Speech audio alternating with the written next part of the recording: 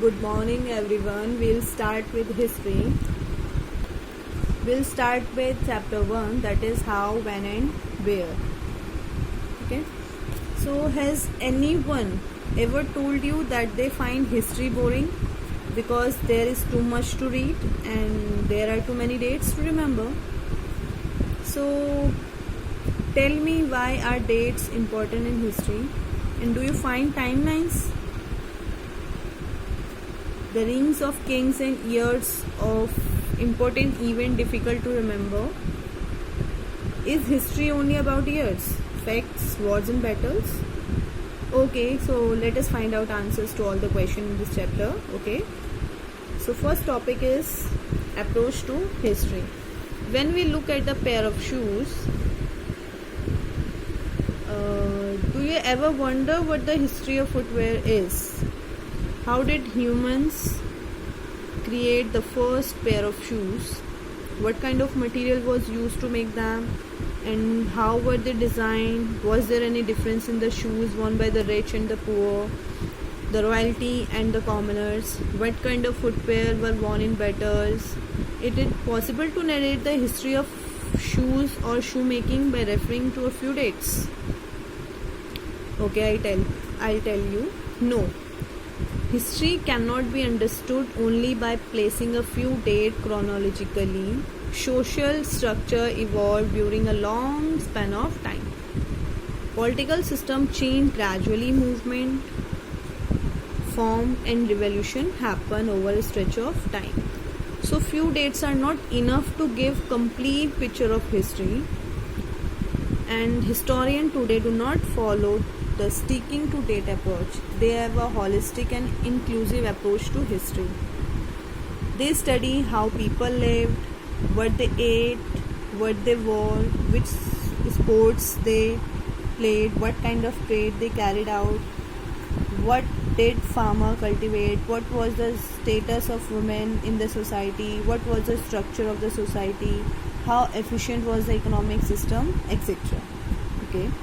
So some dates are considered important over other in history due to the significance of the events connected with such date and the point of view of person who is writing about them.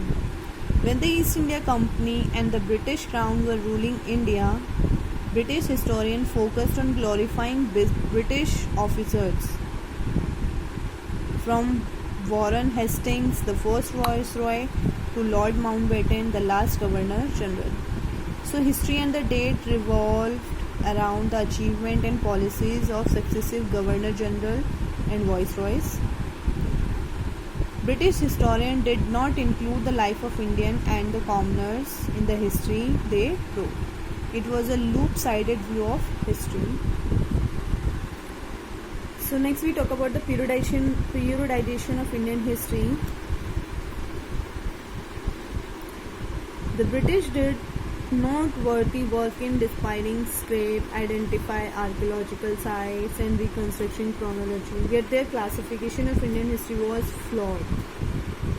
Flawed means full of errors, yet defective.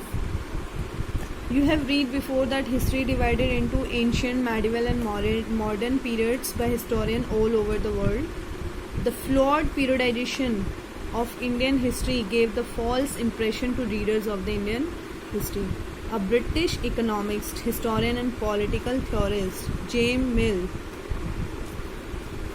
in The History of British India, published 1817, termed these division as Hindu from the earliest time to 11th century, Muslim from 11th century to 18th century and British from 18th century onward.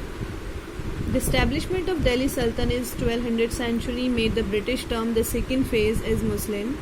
Today, historians rejected this periodization because the religion of the ruler alone cannot be the basis of labeling the entire society or period. Periodization is based on the political economy, social structure and substantial change in them. This periodization by James Mill was attempt to establish that India was intolerant, superstition, racially backward and inferior to the British. The picture in the let us begin section was the British way of asserting that the Brahmin has handed over the Shastras to Britannian, the symbol of British power, and accorded them the status to protector in Indian culture. Even though historians use a classification Indian, medieval and modern, now referring to the British period in India as modern is problematic. So this periodization is borrowed from the West. Modernity is associated with the values such as liberty, equality, but these values were compromised under the British rule. That is why some historian refers to the period of history in India from the 18th century to 1947 as colonial. Okay. So tomorrow we discuss about the colonialism. Okay. Thank you.